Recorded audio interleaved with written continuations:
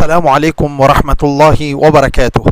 الحمد للہ والصلاة والسلام علی رسول اللہ. اما بعد فاعوذ باللہ من الشیطان الرجیم من ہمزہ ونفخہ ونفثہ. بسم اللہ الرحمن الرحیم.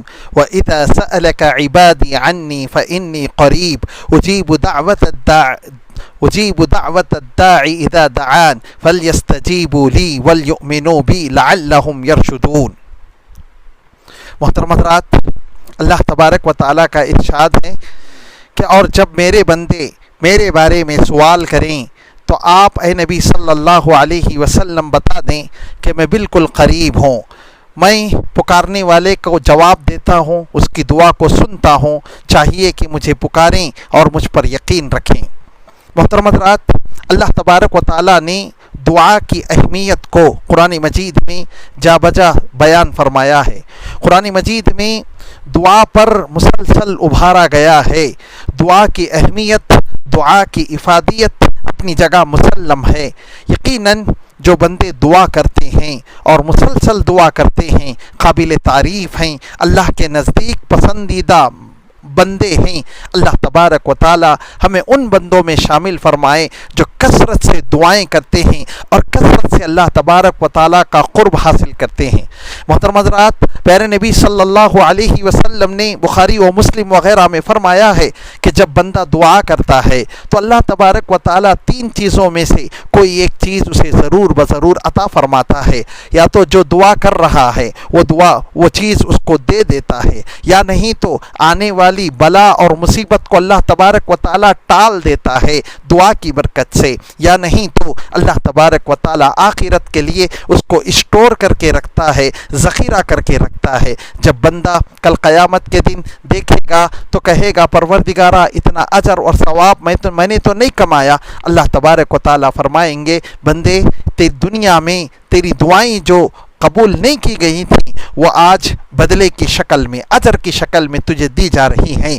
بندہ تمنا کرے گا کاش دنیا میں میری کوئی دعا قبول نہ ہوتی، آج کے دن کے لیے اٹھا کے رکھی گئی ہوتی تو کتنا اچھا ہوتا.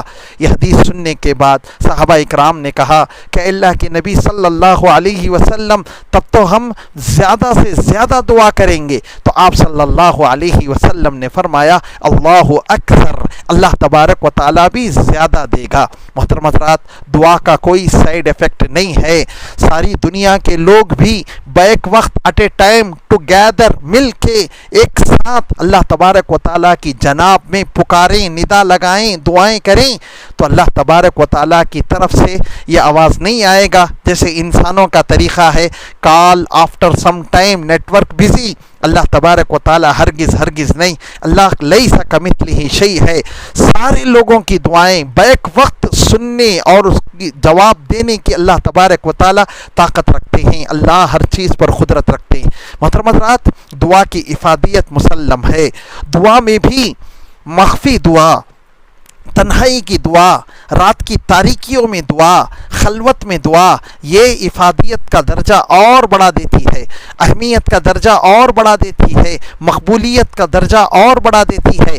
حضرت زکریا علیہ السلام کے تعلق سے اللہ تعالیٰ نے فرمایا اذ نادى ربه نداء خفیا، کہ یاد کرو اس وقت کو جب کہ زکریا نے چپکے آہستہ آہستہ خلوت میں اللہ تبارک و تعالیٰ سے دعائیں کیں. سبحان اللہ. اس آیت کے روشنی میں امام ابن تیمیہ رحمۃ اللہ علیہ مجموع الفتاوی میں بیان فرماتے ہیں کہ مخفی دعا کے فائدے عجیب و غریب ہے، مخفی دعا کے اثرات عجیب و غریب ہے.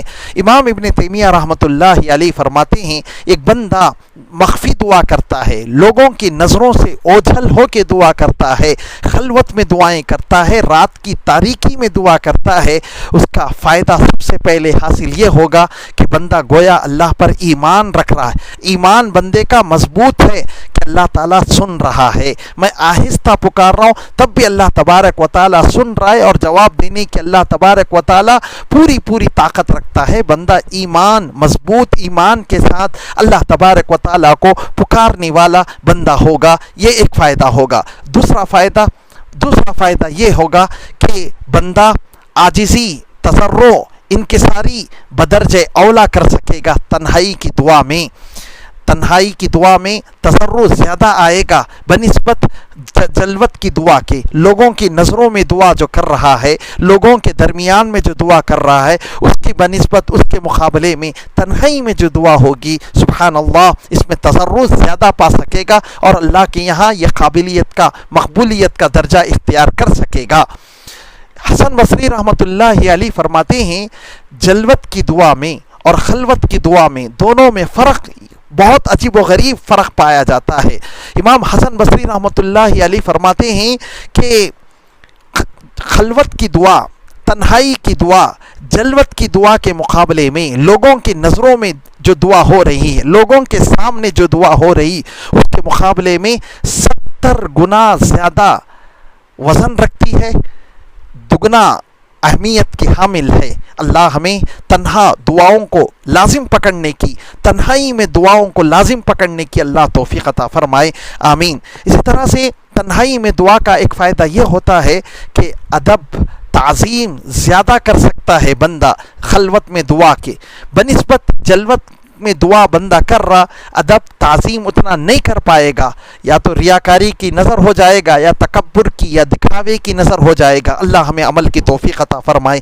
اسی طرح سے ایک فائدہ یہ ہوگا کہ بندہ تنہائی میں دعا کرتا ہے تو اخلاص زیادہ ہوتا ہے بنسبت لوگوں کی نظروں کے سامنے دعا کر رہا، اور تنہائی میں دعا کرنے پر اخلاص کی دولت ملتی ہے. اخلاص دعا میں آ جائے تو قرآن مجید میں اللہ نے کہا مسلمان تو مسلمان، کافر کی دعا بھی اللہ تعالیٰ سنتا ہے. اللہ نے فرمایا فَإِذَا رَكِبُوا فِي الْفُلْكِ دَعَوُا اللَّهَ مُخْلِصِينَ لَهُ الدِّينَ، کہ مشرکین مکہ سمندری سفر پر جب بھنور میں پھنس جاتے تھے تو اللہ تعالیٰ سے اخلاص کے ساتھ دعا کرتے تو اللہ دعا کو قبول کرتا تھا. مسلمان ایمان والا اگر دعا کرے یقیناً اللہ تعالیٰ بدرجہ اولا قبول کرے گا.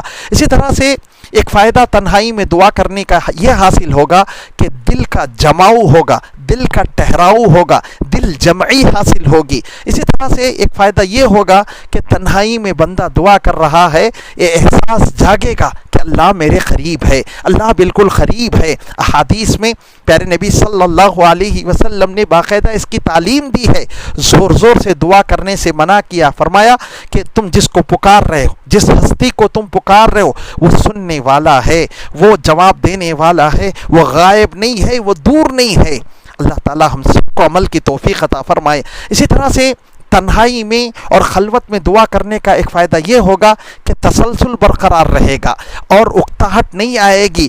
طلب میں مزید اضافہ ہوتا ہی جائے گا، سوال کرنے میں مزید اضافہ ہوتا ہی جائے گا، اکتاہٹ نہیں ہوگی، زبان بھی تھکے گی نہیں، اعضاء بدن بھی تھکیں گے نہیں، تھکاوٹ کا شکار نہیں ہوں گے. اسی طرح سے تنہائی میں دعا کرنے کا ایک فائدہ یہ ہوتا ہے کہ بہت سے اوقات جلوت میں دعا کرنے میں شور شرابہ اور خلل، ڈسٹربنس کی وجہ سے بندہ دل جمعی کے ساتھ دعا نہیں کر سکتا. یہ سارے عوارض، یہ ساری چیزیں، ان سے بندہ بچ سکے گا. اسی طرح سے ایک فائدہ یہ ہوتا ہے کہ یہ دعا عظیم نعمت ہے. جس کو دعا کی توفیق ملی یہ عظیم نعمت ہے، اور ہر نعمت کو حاسدین سے چھپانے کا حکم دیا گیا تو بندہ اس حدیث پر بھی عمل کرنے والا بن سکے گا. اسی طرح سے دعا یہ ذکر ہے، اور ذکر کو خفیہ طور پر دل میں کرنے کا بھی قرآن مجید میں حکم دیا گیا. امام ابن تیمیہ رحمۃ اللہ علیہ نے اور امام ابن قیم رحمۃ اللہ علیہ نے یہ مخفی دعا کے فوائد بیان فرمائے ہیں.